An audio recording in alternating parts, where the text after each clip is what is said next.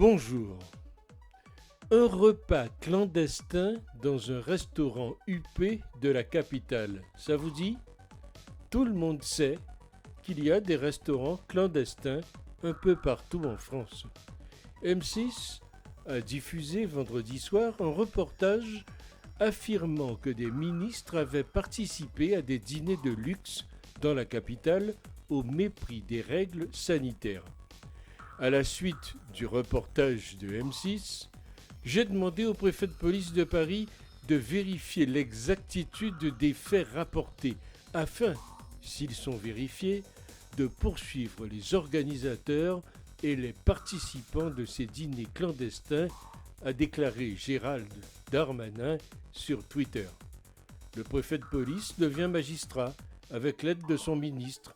Ce n'est plus de la séparation des pouvoirs, mais la confusion des pouvoirs. Soit. Le procureur de Paris a ouvert dès dimanche soir une enquête après la diffusion du reportage sur des dîners clandestins, après avoir affirmé que des ministres y participaient. L'organisateur s'est finalement rétracté. On se souvient, voici quelques semaines, d'un proche conseiller d'Emmanuel Macron qui déjeunait avec Marion Le Pen Maréchal dans un restaurant parisien censé être fermé. La farce continue. Un peu plus tôt dans l'année, c'était la police et le barreau qui se gavaient dans le centre de Paris. Maintenant, il s'agit carrément de ministres ou d'ex-ministres, sans doute des adeptes de Spinoza intouchables. Pendant ce temps, on ferme les classes à la moindre goutte au nez et on ne peut plus s'asseoir dans une bibliothèque. Bien naïf, celui qui croit qu'il puisse en être autrement. Pour accéder au vaccin, il existe aussi des passe-droits. 500 € pour le Toubib et rouler jeunesse. La source est de Marianne. Des dîners parisiens aussi luxueux que clandestins, s'affranchissant des interdictions édictées pour freiner la propagation du Covid-19. Il y a quelques à la télévision qui étaient contrôlés dans un restaurant clandestin. Curieusement, il n'y a pas eu de buzz. Le confinement, les restrictions et privations, c'est pour le peuple, pas pour les élites.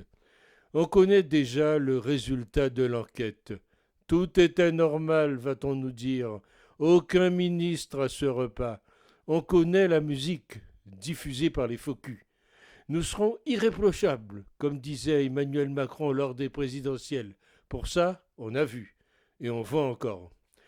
On n'aura peut-être pas les preuves. En effet, tout est fait pour rendre les dominants intouchables. Tenez, le 30 janvier, alors que les bars et les restaurants étaient fermés en raison de l'épidémie de Covid, le vice-procureur de Carpentras, membre du Conseil supérieur de la magistrature et délégué de l'Union syndicale des magistrats, USM majoritaire, buvait au comptoir et mangeait des tapas en compagnie d'un commissaire. C'est ce qui ressort de l'enquête et des auditions confiées à la police par le procureur de la République de Nîmes. Néanmoins, le parquet a classé le dossier.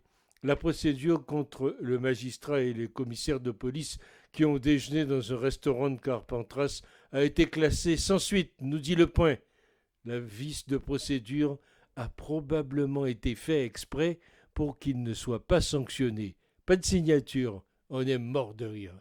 Selon que vous serez puissant ou misérable, les jugements de cour vous rendront blanc ou noir. Jean de La Fontaine. Il ne manquerait plus que cela. Condamner un membre de l'État? Mais c'est quand même un gilet, pas un gilet jaune. Ou un sans-dents. Puisque ces messieurs-dames vont au restaurant et que cela n'a pas l'air d'avoir créé de foyer d'infection, il faut rouvrir l'ensemble des commerces. Restaurants, cafés, cinémas et salles de spectacle. Si les faits sont avérés, la France de l'Ancien Régime aura été restaurée avec ses privilèges.